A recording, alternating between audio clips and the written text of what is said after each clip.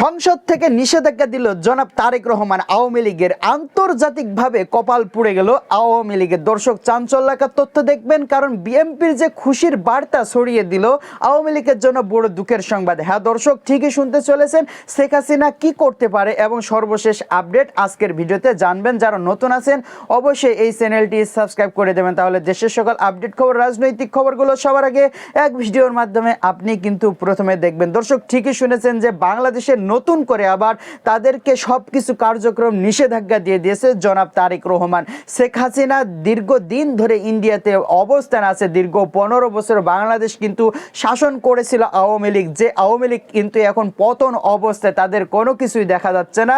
তারা আন্তর্জাতিকভাবে শক্তি দেখানোর চেষ্টা করছে, কিন্তু বর্তমান সংসদে উপস্থিত জনাব তারেক রহমান, যে কিনা দীর্ঘ 15 বছর দেশের বাইরে ছিল এবং মুচলেখা দিয়ে দেশ ত্যাগ করে চলে গিয়েছিল। শেখ হাসিনা সরকার তাকে দেশ থেকে সরিয়ে দিয়েছিল এবং বলেছিল বাংলাদেশ আর কখনো রাজনীতি করবে না।